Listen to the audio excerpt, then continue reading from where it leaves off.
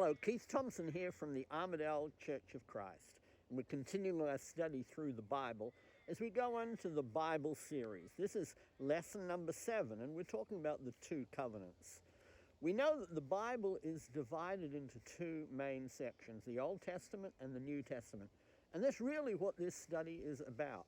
We're going to be delving into the book of Galatians here. Now, the Galatian church was having a big problem. They were wanting to go back. They were wanting to go back to the old covenant. Notice what the Apostle Paul writes to them in Galatians chapter 1, verses 6 and 7.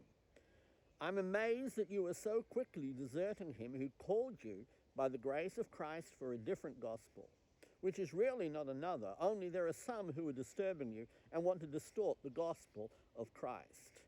They wanted to leave the freedom of the new covenant, the New Testament that Jesus brought in, and wanted to go back to the laws of the old covenant.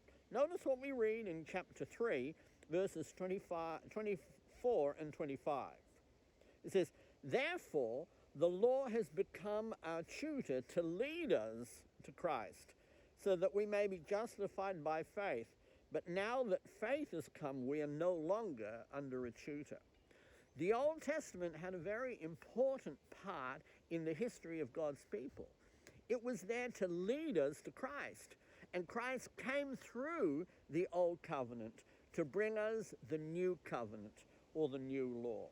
And so we go on to chapter 4 of Galatians, and we see here Paul uses an allegory here to help us to understand.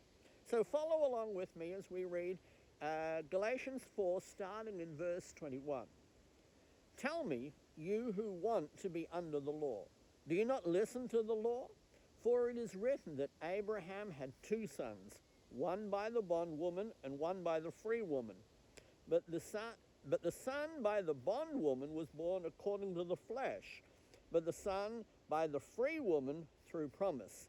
This is aragolically speaking, for these women are 2 covenants, one proceeding from Mount Sinai, bearing children who are to be slaves. She is Hagar. Now, this Hagar is Mount Sinai in Arabia and corresponds to the present Jerusalem, for she is in slavery with her children. But the Jerusalem above is free. She is our mother. For it is written, rejoice, barren woman who does not bear. Break forth and shout, you who are not in labor.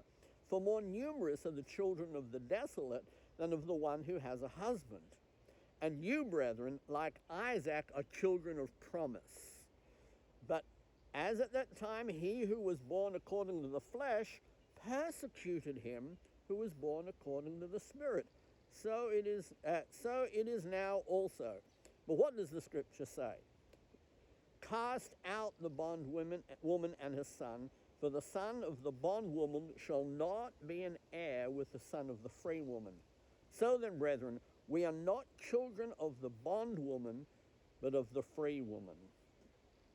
Now here in this passage, it talks about Abraham having 2 sons. One was born according to the flesh, born of Hagar, and the other was born of the promise through Sarah, that is Isaac. And what he's saying is we're not those that are born of the flesh like the Jews were, but we are children born of the promise of the Son of God, Jesus Christ. Now, the promises were not through Ishmael, but through Isaac.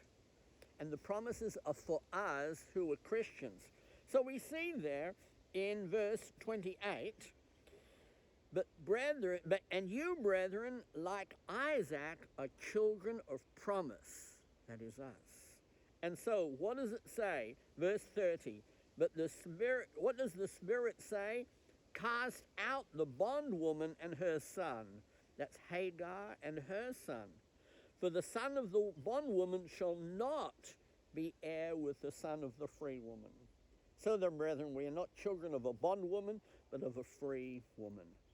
He's telling us that the old covenant has passed. We are living under the new covenant.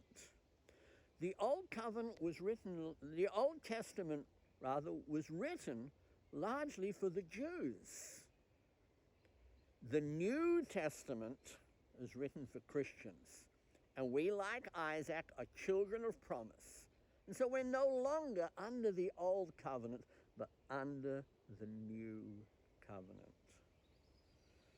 Well, thank you very much for being with us and joining us again. We look forward to seeing you next time.